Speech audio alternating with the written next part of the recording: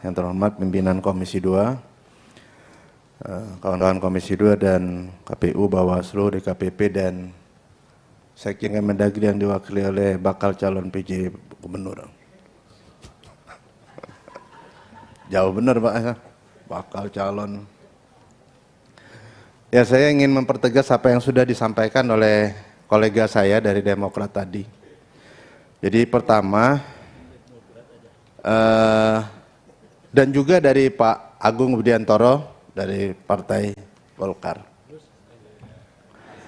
Jadi yang pertama, tadi Pak Murad menanyakan apakah ada dokumen yang ditandatangani oleh Bawaslu pada saat verifikasi partai politik.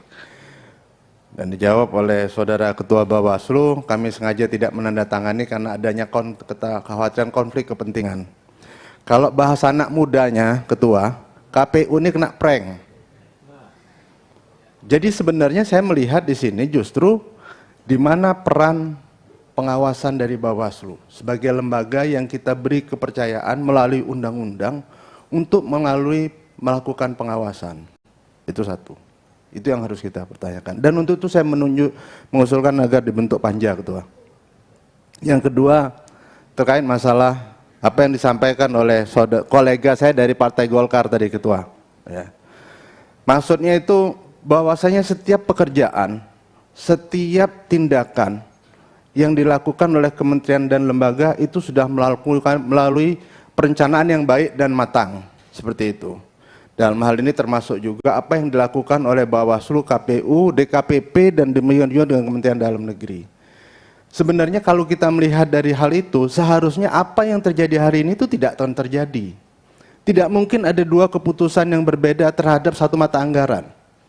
Kita melihat bahwasanya di sini perencanaan ini menjadi lemah, dan pengawasan itu menjadi tidak ada. Itu maksudnya. Dan untuk itu mungkin saran saya sih dibentuk panja juga, Ketua. Itu yang kedua. Nah, kemudian yang ketiga, pertanyaan saya tadi juga sudah disampaikan oleh kolega saya dari partai mana tadi? Terkait masalah, Pak Gaus. Ya, dari PAN, bahwasanya ada dua putusan yang dikeluarkan oleh Bawaslu. Saya minta coba pada kesempatan ini dua putusan itu disandingkan. Jadi ada keputusan yang memenangkan dan ada putusan yang mengalahkan. Nah, kita ingin melihat amar putusannya itu seperti apa dan dasar putusannya itu seperti apa itu. Sehingga kita bisa melihat, ya tadi kan mohon maaf Ketua, di grup WA tadi ada foto kita dari berbagai sisi. Satu orang kok beda-beda nampaknya, kata Mas Agung kan. Yaitu menyindir masalah keputusan itu maksudnya tadi. Jadi kita mau melihat dua putusan itu bagaimana. Itu yang kedua. Kemudian yang ketiga dan yang terakhir, Ketua. Menurut saya sebagai orang Timur dan sesuai dengan Pancasila, kita itu harus arif dan bijaksana. Keputusan Bawaslu menurut saya tidak bijaksana. Kenapa? Kita mengetahui, kecuali kita ini hidup di gua, bahwasanya KPU dalam hal ini sedang berusaha mati-matian bertahan melawan gelombang ini dengan melakukan banding. Kenapa tidak putusan Bawaslu itu mengatakan menunggu banding dari yang akan dilakukan, hasil banding yang dikeluarkan oleh KPU, sehingga tidak membuat masalah ini menjadi semakin pelik gitu kan. Ini menginspire apa yang disampaikan oleh Ketua tadi itu 1000% betul, Ketua.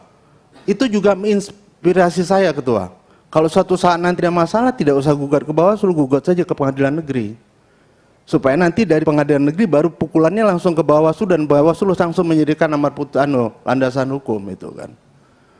Ya lama-lama nanti Bawaslunya jadi kantor pos kan, putusannya ada di pengadilan, pelengkapnya di Bawaslu. Saya itu aja, Ketua, terima kasih. Wabillahi taufiq wal hidayah. Assalamualaikum warahmatullahi wabarakatuh. Salam.